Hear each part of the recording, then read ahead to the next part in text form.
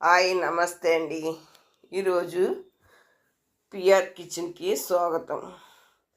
ఈరోజు నేను చేయబోయే రెసిపీ చాలా హెల్తీ, టేస్టీ, పిల్లలు పెద్దలు కూడా ఇష్టపడే రెసిపీ అండి.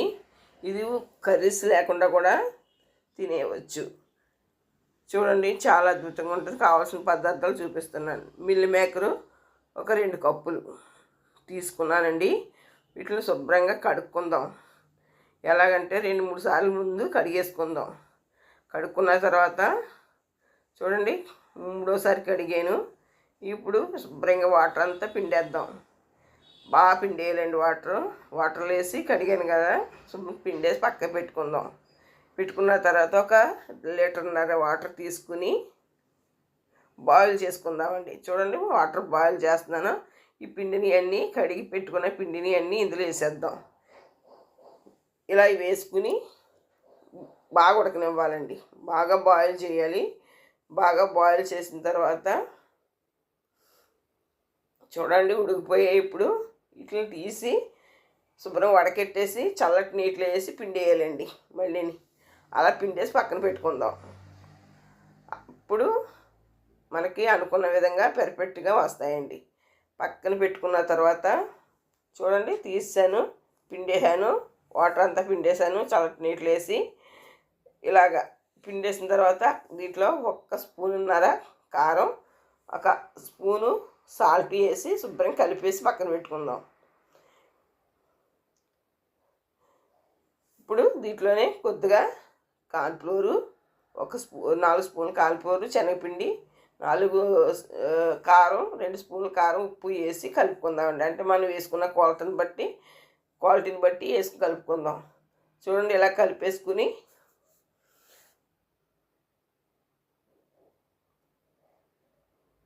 ఇప్పుడు ఆయిల్ పెట్టానండి. కలిపేసి పక్కన పెట్టుకున్నాం కదా. ఇప్పుడు దీంట్లో వదిలేద్దామండి. ఒక్కొక్కటి చక్కగా మనకి పునికిల్లాగా వస్తాయి. చిన్న పునికిల్లాగా వస్తాయి. చాలా బాగుంటాయి. స్నాక్స్ బాగా వేపుకుని స్నాక్స్ కింద కూడా తినొచ్చు. ఇది బిర్యానీలో పిల్లలు ఇష్టపడతారు కాబట్టి బిర్యానీలో కూడా వేయచ్చండి.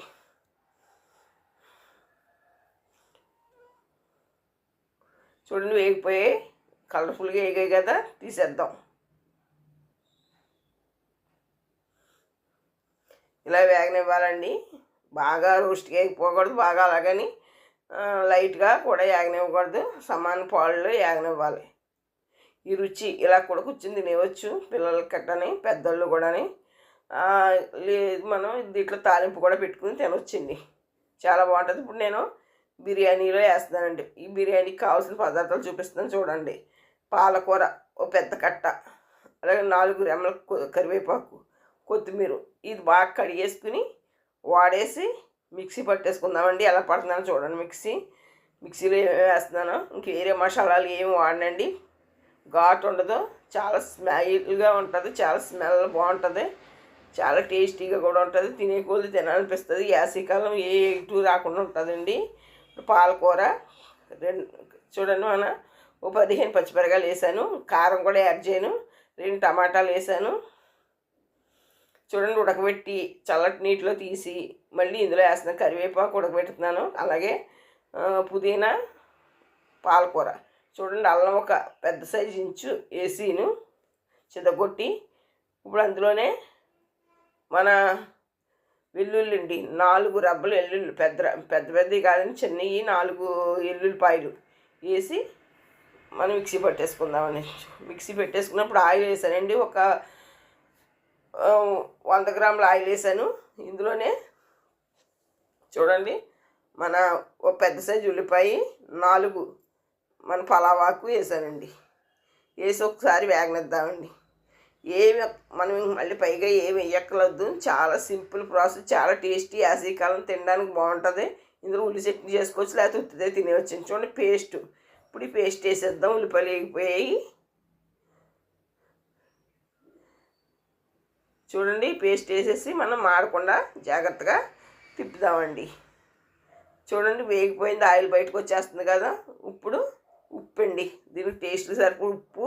వాటర్ వేసిన తర్వాత ఉప్పు కూడా మనం చూసుకోవాలండి. నేనైతే ఇక్కడ స్వర్ణ బియ్యంతో ఈ రెసిపీ చేస్తున్నాను కాబట్టి గ్లాసుకి 2 గ్లాసులు వేసి మళ్ళీ 1/2 గ్లాస్ వేస్తానండి. ఎందుకంటే స్వర్ణ బియ్యం పాతవి దాని మీద కొంచెం ఎక్కువ వాటర్ పడుతుంది. అదే మీకు ఇప్పుడు బాస్మతి అవి అయితే వాటర్ పడదు, జాగ్రత్తగా చూసుకోండి.